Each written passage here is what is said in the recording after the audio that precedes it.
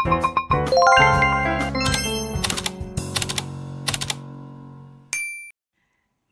buhay, good afternoon everyone. Ngayon ay gagawa tayo ng ating pangtanghalian.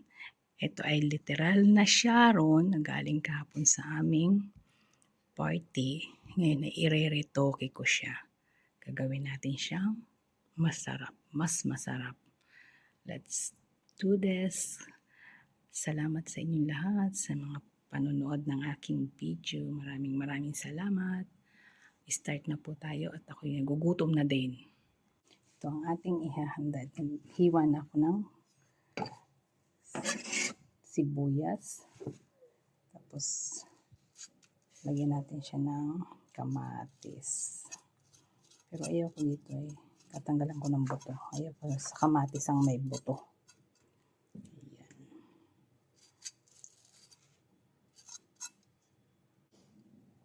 Ayan, ito ang ating may kabaka kong sili, bell paper, not bell paper.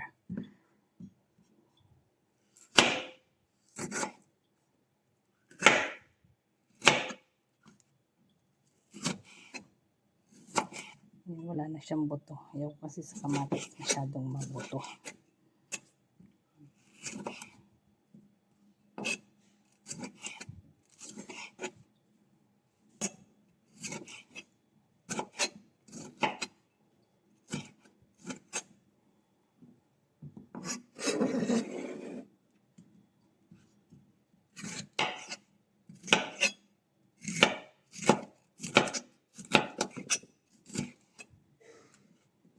Madali ang luto lang to. Kasi dati na siyang luto. Iinitin lang natin, lalagyan lang natin ito ng gulay. Ayan siya guys, oh. Ang ating literal na Sharon kahapon, bangus. Daing na bangus. Kasi hindi naubos, marami kaming tira kahapon. So, nag-share kami. Sabi ko, kay Nelia, ito na lang ating share. Ayan. Diba?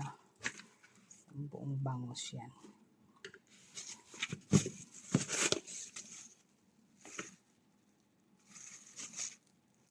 Ayan. Prituhin natin ang bahagya ng bangus. Para mabuhay ang mantika niya.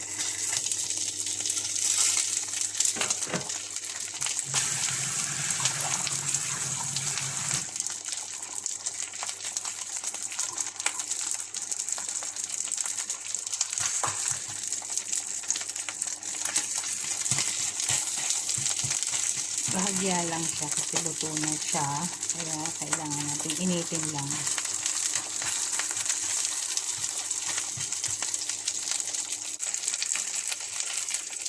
Ay, crunchy siya. Sarap.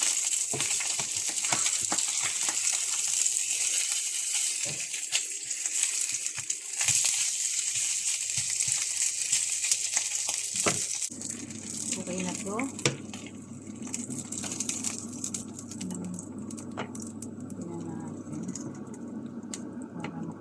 Prito tayo ng mga gulay.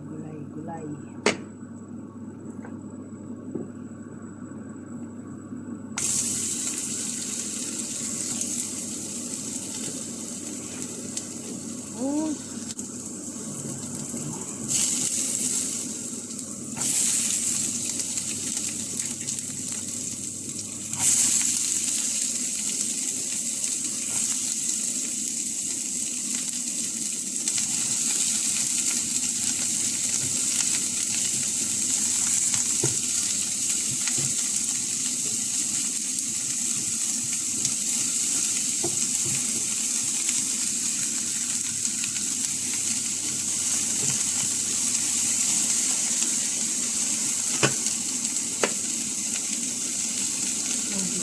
Lagyan natin siya ng mga ganito para naman may kaunting pang palasa din ating pritong bangus.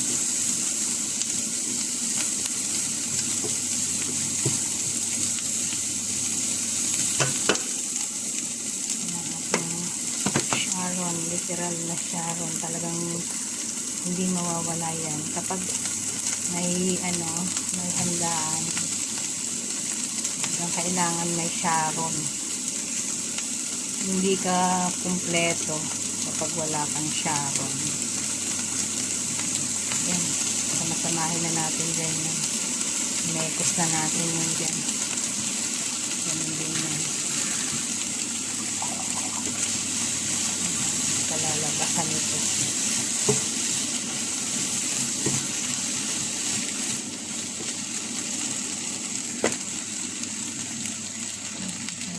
Black pepper.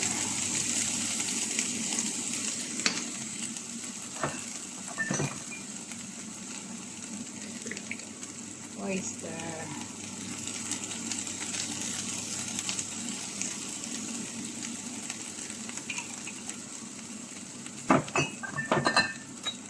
At like soya sauce. Oh, sarap. Sarap, sarap. Sarap. Ito.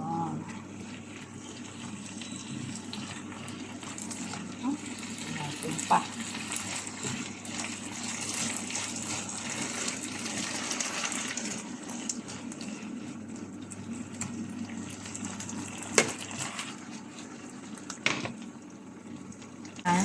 Ilalagay natin sa